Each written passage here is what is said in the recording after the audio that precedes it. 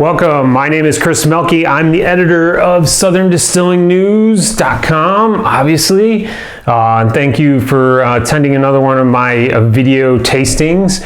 So it's been a while since we've done a video review. It's just that life has kind of gone crazy, but what we're going to review today is Queen Charlotte's rum.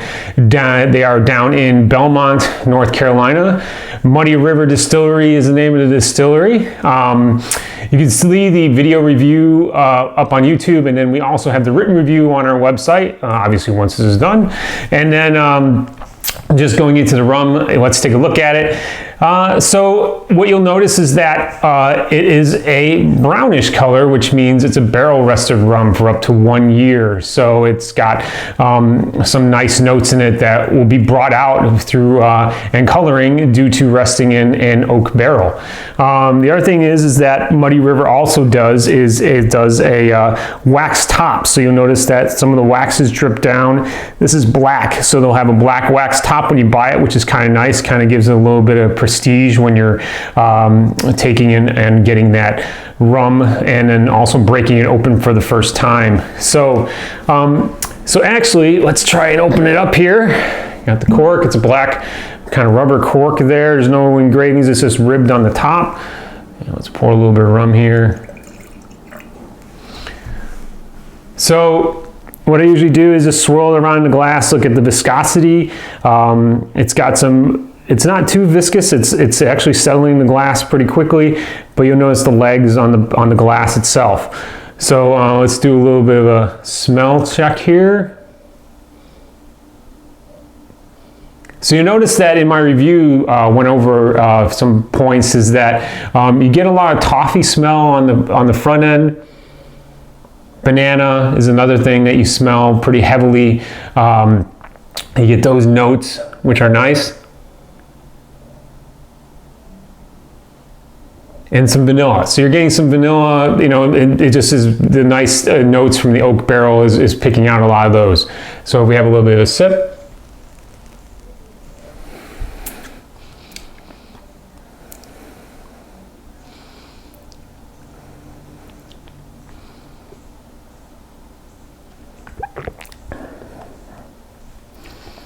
So the thing I notice on the tongue is it's toasted. You get that toasted feel, like toasted bread or savory oak.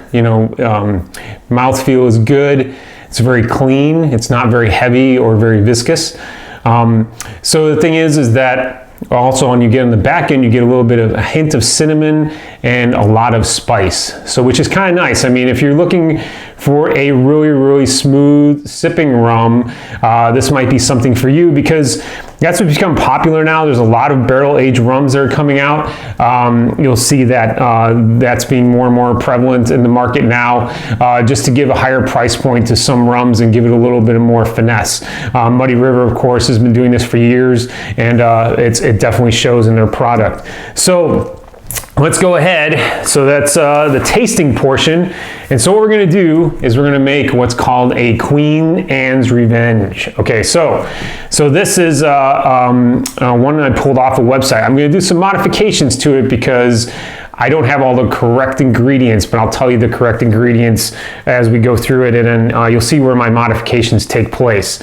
So it's basically get one of these glasses. You got your highball glass. And then we're going to pour 2 ounces of rum in there. That's 2 shots. So that's that. Now what it calls for is 1 ounce of Cointreau. So the thing is that what you're looking for is to get the flavor of the orange or an additional flavor. So I have some Grand Marnier here I'm going to use as an accent to it instead of Cointreau, but you want 1 ounce of that to be in the glass. So I'm going to use a little bit here and pour that in. It'll give it a nice flavor. So those are 2 of the ingredients. I'm going to bottle this up here because I'm a klutz, so I don't want to knock it over.